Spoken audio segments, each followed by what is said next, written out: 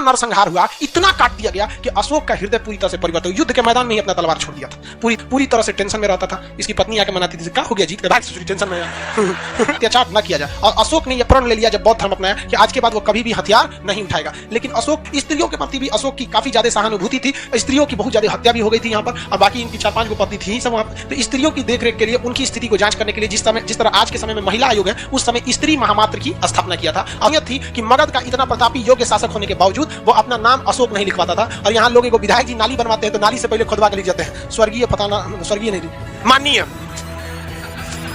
गलती हो गया, माननीय मतलब फलाना आदमी है, स्वर्गीय नहीं, माननीय लिखवा दे। आक्रमण, कलिंग आक्रमण। यहाँ के राजा नंदराज, कौन थे, नंदराज। कलिंग आक्रमण कर दिया गया, और कलिंग आक्रमण इतना भीषण आक्रमण था कि कलिंग का बच्चा को काट दिया गया। मतलब बूढ़ा बच्चा किसी को नहीं देखा गया, सबको काट दिया गया कलिंग युद्ध में। अशोक का हृदय कलिंग युद्ध में मरे लाश को देखकर नहीं हुआ था, बल्कि अशोक का हृदय वहां पर महिलाओं की लाश और बच्चों की लाश को देखकर हुआ था।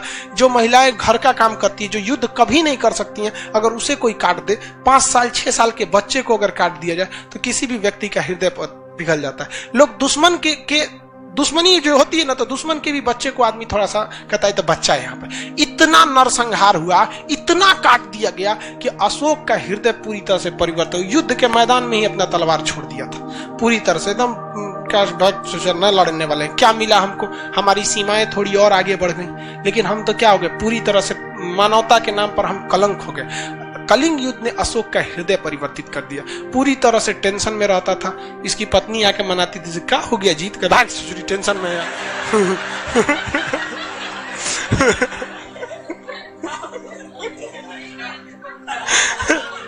वो बेचारा अपने टेंशन में आकर खाना खा लीजिए, नाश्ता कर ले, अरे बेचारा वो इतना टेंशन में, उतना आदमी को काट के आया, वो पे दिमाग नो चाहिए तो झाड़ दिया, भागे हम तो कारू बाकी करिए, हमरो झाड़ दीजिएगा। तो कहते तू स्पेशल है, निकल यहाँ से। स्पेशल लड़का सबको गुस्सा आता है तो किसी को नहीं पहचानता है, भले बाद में मना ले सब।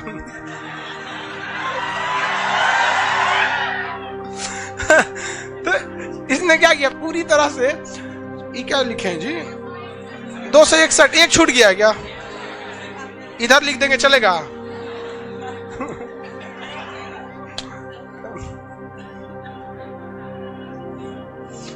एक छूट गया था। तो 261 ईसा पूर्व में क्या हो गया था भाई, कलिंग युद्ध किया। कलिंग युद्ध के बाद इनका क्या हो गया, हृदय परिवर्तित हो गया। जब भी आप कोई चीज एक्सट्रीम हो जाता है ना, एक्सट्रीम लेवल पे चल जाएंगे ना, तो फिर आपको दिमाग मतलब वहां से क्या होने लगता है, भागने लगता है। आप भी खूब ज्यादा पढ़ने लगिएगा, एक वक्त आएगा कहेंगे तो यार कितना पढ़े आदमी, हर काम से एक एक्सट्रीम लेवल आता है। इसने भी युद्ध छोड़ने की ठान लिया, तो इसको लगा कि भैया अब हम ये दूसरा धर्म अपनाने के लिए।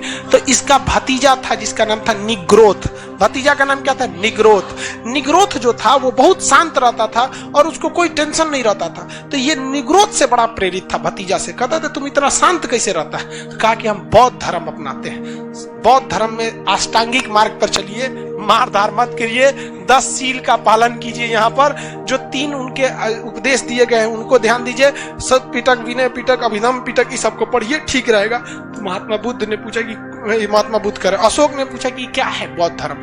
कहा देखिए हम कोई बौद्ध धर्म के बहुत बड़े पुरोहित तो है नहीं, पुरोहित नहीं है हम, एक काम कीजिए आपको हम एक गुरु के पास ले जाते हैं। तो अशोक को बौद्ध धर्म की प्रेरणा क्या मिली, प्रेरणा किसने दिया, निग्रोथ। प्रेरणा किससे मिला, निग्रोथ, ये उनका क्या था, भतीजा था। लेकिन बौद्ध धर्म की शिक्षा किससे मिली, उपगुप्त। बौद्ध धर्म की शिक्षा किससे मिली थी, बौद्ध धर्म की शिक्षा किसने दिया था, उपगुप्त ने। तो अशोक को बौद्ध धर्म की शिक्षा किसने दिया, उपगुप्त ने दिया। इसके बाद अशोक कौन सा धर्म अपना लिया, बौद्ध धर्म। अशोक ने कौन सा धर्म अपना लिया, बौद्ध धर्म। लेकिन अशोक दूसरे धर्मों को हमेशा इज्जत की भाव से देखता था और कहा कि मेरा धर्म बौद्ध धर्म है, लेकिन मेरी जनता का धर्म बौद्ध धर्म नहीं है। जनता स्वतंत्र है वो अपने धर्म को मानने के लिए, वो सामूहिक जगहों पर कभी भी बौद्ध धर्म की मतलब ऐसा जबरदस्ती नहीं करता था। अशोक ने अपने बेटा महेंद्र और बेटी संघमित्रा, महेंद्र और बेटी संघमित्रा, अशोक ने अपने बेटा महेंद्र और बेटी संघमित्रा को कहां भेजा था? श्रीलंका। तो बेटा महेंद्र और बेटी संघमित्रा श्रीलंका गई और इससे प्रभावित होकर श्रीलंका के सिंघली वंश के शासकों ने बौद्ध धर्म को अपना लिया और आज भी श्रीलंका में बौद्ध धर्म की ही अधिकता है। अशोक ने जितना बौद्ध धर्म को फैलाया उसने दूसरा किसी ने नहीं फैलाया था। अशोक ने बौद्ध धर्म को बहुत शालीनता से फैलाया, कोई जोर जबरदस्ती करके नहीं फैलाया था। अशोक जगह जगह पे संदेश देता था कि लोगों को अत्याचार न किया जाए और अशोक ने यह प्रण ले लिया जब बौद्ध धर्म अपनाया कि आज के बाद वो कभी भी हथियार नहीं उठाएगा। लेकिन अशोक के डर इतना ज्यादा था लोगों में, जब तक अशोक जिंदा था किसी की औकात नहीं थी वो कुछ कर सके, क्योंकि उनको पता था इन हाथों ने केवल हथियार छोड़े हैं, चलाना नहीं भूला है। किसी दिन अगर उठ गया तो फिर सबको साफ कर देगा यहाँ पे, क्योंकि लोगों ने इसे देखा था कश्मीर को निपटाते हुए, कलिंग का फाइल निपटाते हुए, इतना बुरा मारा जिसका कोई हद नहीं। लेकिन जब अशोक मरा था तो इसी के सिंहासन को लोगों ने उखाड़ फेंका था और इसके बाद कई वंशों की स्थापना होगी। तो अशोक ने अपने बेटा बेटी को कहां भेजा भैया? श्रीलंका में भेजा था, श्रीलंका में। और भारत में अशोक ने इवन भारत के अलग अलग जगहों पे अशोक ने सोचा कि बौद्ध धर्म का क्या किया जाए? प्रचार किया जाए। तो बौद्ध धर्म के प्रचार के लिए अशोक के समय कौन सी बौद्ध संगीति की स्थापना हुई? कौन बौद्ध संगीति हुई थी? तीसरी बौद्ध संगीति कहां हुई? पाटलिपुत्र में। किसके देख रेख में? अशोक के देख। अशोक के समय में बौद्ध धर्म की तीसरी बौद्ध संगीति हुई। अशोक ने ईरान के शासक डेरियस, जो हखमनी वंश का था, ईरान का शासक का नाम क्या था? डेरियस, हखमनी वंश का शासक, उससे एक सीख लिया था अभिलेख लिखवाने का। तो अशोक ने क्या करना चालू किया? अभिलेख लिखवाना चालू किया। अभिलेख क्या होता है? पत्थर पर लिखा जाता है अभिलेख। अब ये पत्थर पर अभिलेख लिखने की परंपरा भारत में किसने चालू की थी? अशोक ने। अशोक बहुत ही विद्वान व्यक्ति था। वो जब भी शिलालेख को लिखवाता था तो उसमें एक चीज की ध्यान रखता था कि भाषा का ध्यान रखना है। अब बताइए, हम ही को अगर शिलालेख लिखना है या स्तंभ लिखना, बंगाल में लिखना है, अब वहां हिंदी में लिख देंगे तो बंगाल के लोग समझेंगे? हिंदी समझ जाते हो बंगाली? हम पढ़ने में दिक्कत होता है, ऐसे बोलते हैं तो समझ जाते हैं। वो होता ही है। जैसे आप लोग को भी देखिए ना, उर्दू तो समझ जाते हैं। हम बोलेंगे पानी पी लीजिए, बैठ जाइए, ये सब तो क्या चीज है? बैठ जाए। हिंदी बोलेंगे बिराजिए यहाँ। बहुत क्लिष्ट हो जाती है हिंदी में। तो उर्दू आप भी समझ जाते हैं, लिखने थोड़े आता होगा।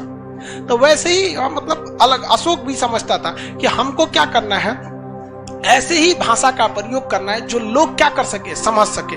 अब इसमें दो चीज होती है। भाषा एक होती है आप लिख क्या रहे हैं, जैसे हिंदी एक भाषा है, इंग्लिश एक भाषा है, लेकिन दोनों भाषाओं में एक चीज कॉमन है कि दोनों बाएं से लिखा जाता है। दोनों कहां से लिखा जाता है? बाएं से। इंग्लिश भी इधर ही से लिखते हैं और हिंदी भी इधर से लिखते हैं। इस तरह उसे लिपने की कला समान है। जैसे नहीं बोलते, बचपन में आदमी राइटिंग खराब होता था तो टीचर बोलते थे कौन सी लिप दिया रे, नहीं तो हिंदी को भी इधर से लिपते हैं, अंग्रेजी को भी इधर से लिपते हैं। तो लिपने की कला को लिपि कहते हैं। लिपने की कला को लिपि कहते हैं। तो इंग्लिश और हिंदी दोनों की लिपि कैसी है? सेम। इंग्लिश और हिंदी दोनों की लिपि कैसी सेम है। अब अशोक ने अपने जितनी भी लिपि लिखी है वो किस लिपि में लिखी है? ब्राह्मी लिपि में। कुछ है ब्राह्मी लिपि में। किसमें लिखा है? ब्राह्मी लिपि। अशोक ने जो अभिलेख को लिखवाया है वो अलग अलग जगहों पे अलग अलग लिपि से लिखवाया है। भारत में जो लिखवाया है वो कौन सी लिपि में लिखा है? ब्राह्मी लिपि। भारत में ब्राह्मी लिपि, क्योंकि भारत में उस समय ब्राह्मी लिपि बहुत ज्यादा चल रहा था। लेकिन पाकिस्तान में खरोष्टी लिपि। किसमें चल रहा था? खरोष्टी। तो पाकिस्तान में कौन सी लिपि में? खरोष्टी लिपि में। अब वहीं अगर आप देखेंगे अफगानिस्तान में तो आर्माइड लिपि, अफगानिस्तान में आर्माइड लिपि। और अगर ग्रीक में चले जाएंगे तो वहां पर ग्रीक लिपि। कौन सी लिपि? ग्रीक। तो ब्राह्मी, खरोष्टी, आर्माइड और ग्रीक। भारत में बोलिए तो ब्राह्मी। भारत में कौन सी लिपि? ब्राह्मी लिपि को लिया। पाकिस्तान में खरोष्टी लिपि, अफगानिस्तान में आर्माइड लिपि और ग्रीक वगैरह में ग्रीक लिपि। अशोक का सबसे दूर अभिलेख किस देश में मिला है? ग्रीक। अभी उस जगह पर हो गया है देश जिसका नाम है तुर्की। क्या हो गया है? तुर्की। तुर्की को उस समय एशिया माइनर कहा जाता था। क्या कहा जाता है? एशिया में। तो एशिया माइनर तक इसके संदेश लिखे गए हैं और बौद्ध धर्म के प्रचार के लिए इसने क्या लिखा है? संदेश लिखा है। लेकिन ऐसा नहीं है कि इसने केवल बौद्ध धर्म का प्रचार किया है। इसने आदेश दिया था कि जो मेरे मतलब राजदूत हैं या जो मेरे कर्मचारी हैं वो ब्राह्मणों को न सताएं, ब्राह्मणों को न सताए। जो ये बात बताता है कि अशोक धार्मिक रूप से सहिष्णु था। सहिष्णु का मतलब होता है सब में आस्था रखना, मतलब सबकी इज्जत करना। और एक होता है असहिष्णु। असहिष्णु मतलब हमरे सही है, बाकी मर जा ससुरा, तुम्हें कचर के रख देंगे बाकी लोगों को यहाँ पर। तो भारत में अशोक के समय से ही धार्मिक रूप से क्या था, अशोक सहिष्णु था, यानी उस सारे धर्मों को बराबर लेकर चलता था। ग्रीक अरमाइक टोटल कितने जगह पे इसकी लिपियां मिली है भारत में, बोलिए? ब्राह्मी लिपि भारत में, पाकिस्तान, अफगानिस्तान, ग्रीक में ग्रीक लिपि, एशिया माइनर अभी हो गया है, तुर्की का अभी उस समय का नाम क्या था, एशिया माइनर। अभिलेख समझ में आ गया कि नहीं आ गया? पत्थरों पे लिख देना क्या कहलाता है अभिलेख? छोटे से पत्थर पे लिखे हैं शिलालेख, पिलर पे लिखे हैं तो असम, दीवार पे लिख दिए हैं भित्ति लेख, गुफा में लिख दिए हैं गुफा लेख। इंग्लिश में क्या कहते हैं? एडिक्ट। क्या कहते हैं? एडिक्ट। रॉक एडिक्ट, पत्थर पे लिखे हैं तो रॉक एडिक्ट, पिलर पे लिखे हैं तो पिलर एडिक्ट, दीवार पे तो रॉक एडिक्ट, गुफा में है तो केव एडिक्ट। गुफा को क्या कहते हैं? केव कहते हैं, एडिक्ट कहते हैं। अशोक ने अपने संदेश बहुत जगह भेजता था। इसने कई अधिकारियों को भी नियुक्त किया था, संदेश वाहक को नियुक्त किया था, जिसमें राजुक बहुत ही प्रसिद्ध थे यहाँ पर। अशोक ने बौद्ध धर्म के धम्म नीति को आगे बढ़ाया। बौद्ध धर्म के किस नीति को? धम्म नीति। धम्म का मतलब होता है धर्म की नीति पर चलना। धर्म की नीति पर क्या करना है? चलना है। तो इसको आगे बढ़ाने के लिए अशोक ने बहुत किया था। धम्म का मतलब या धर्म का मतलब क्या हमारे धर्म से होता है? हम लोग गलत समझ में करते हैं। धर्म का अर्थ होता है इंसानियत। धर्म का अर्थ होता है इंसानियत, जिसके अंदर हिंदू धर्म, मुस्लिम धर्म, ये तो धर्म ही नहीं है। लोग बोलते हैं ना धर्म संकट में फंस गए, मतलब इंसानियत। तो उसने ऐसे लोगों को संदेश दिया और इसकी जांच के लिए कि लोग इंसानियत के रास्ते पे चल रहे हैं या नहीं चल रहे हैं, अर्थात धम्म के हिसाब से चल रहे हैं कि नहीं चल रहे हैं। इसके लिए उसने एक मंत्री नियुक्त किया। मंत्री को अमात्य बोलते हैं, क्या कहते हैं? अमात्य। तो उसने एक मंत्री नियुक्त किया, धम्म महामात्र।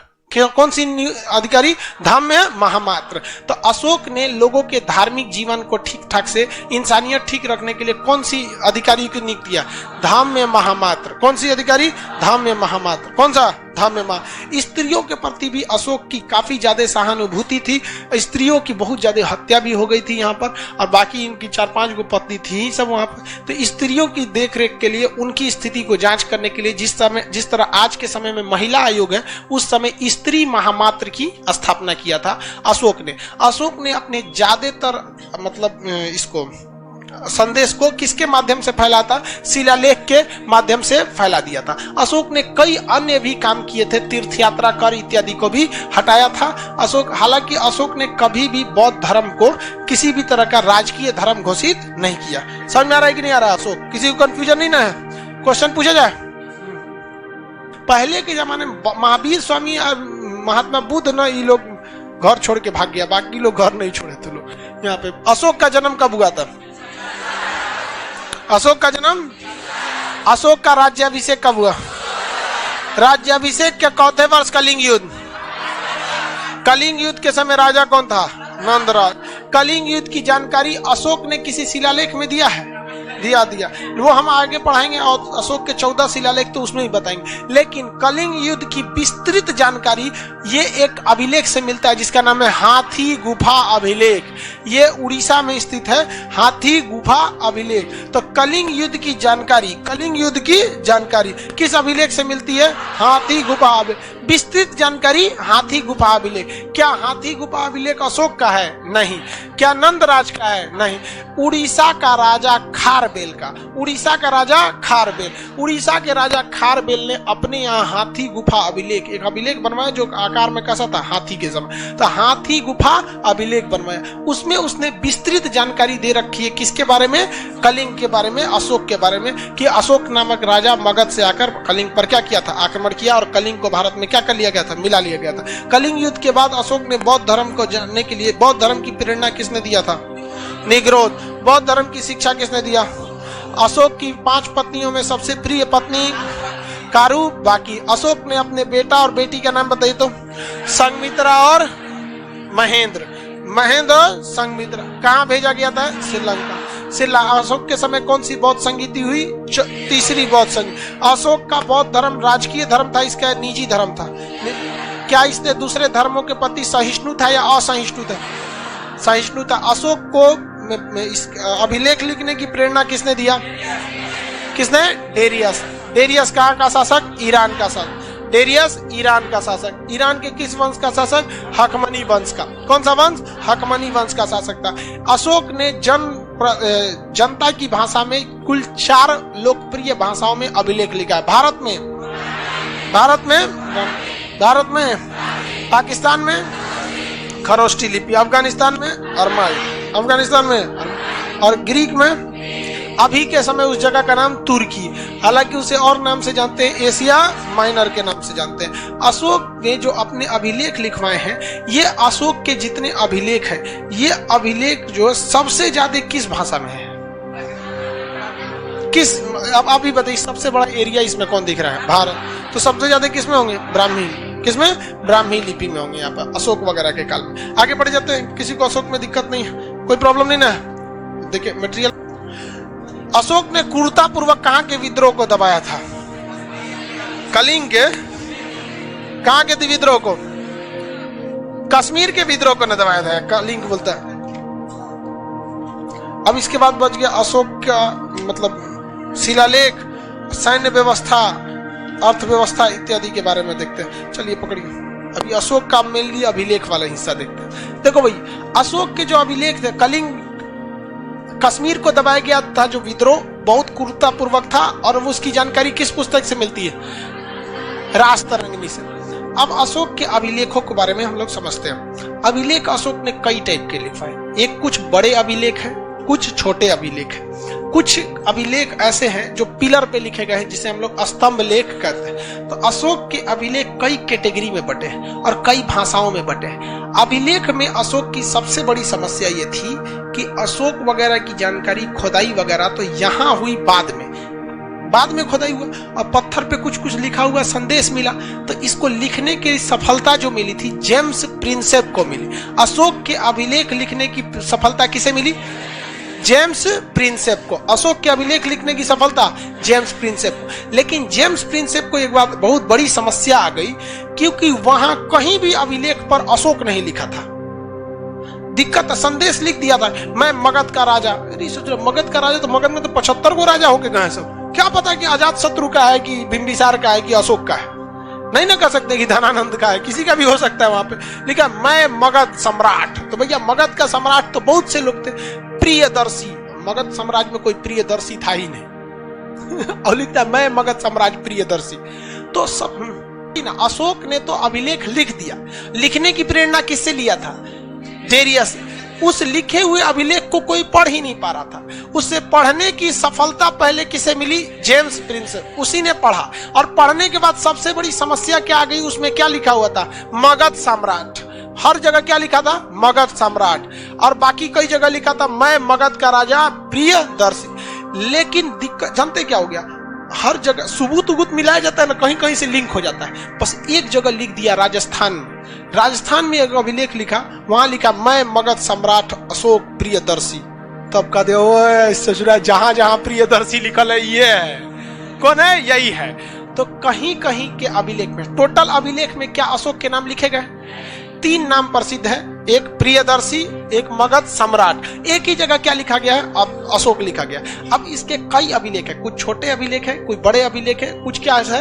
स्तंभ लेख है सब। तो इस सारे अभिलेखों को हम लोग अब एक ही, अब इसको अलग से एक ही टाइप में पढ़ेंगे लोग। आज थोड़ा सा टॉपिक क्या हो जाएगा? चेंज टाइप का हो जाएगा। अभी तक तो राजा वगैरह देख रहे थे, यहाँ पे बिंबिसार वगैरह देख लिए कि नहीं? इसमें किसी को दिक्कत नहीं है? एक बार इसको देखते हैं, फिर अभिलेख के बारे में। बिंदुसार किस धर्म को मानता था? क्या अशोक आया तो आजीवक संप्रदाय के साथ कोई भेदभाव किया? हम कैसे मान ले कि भेदभाव नहीं किया? हम कैसे मान ले?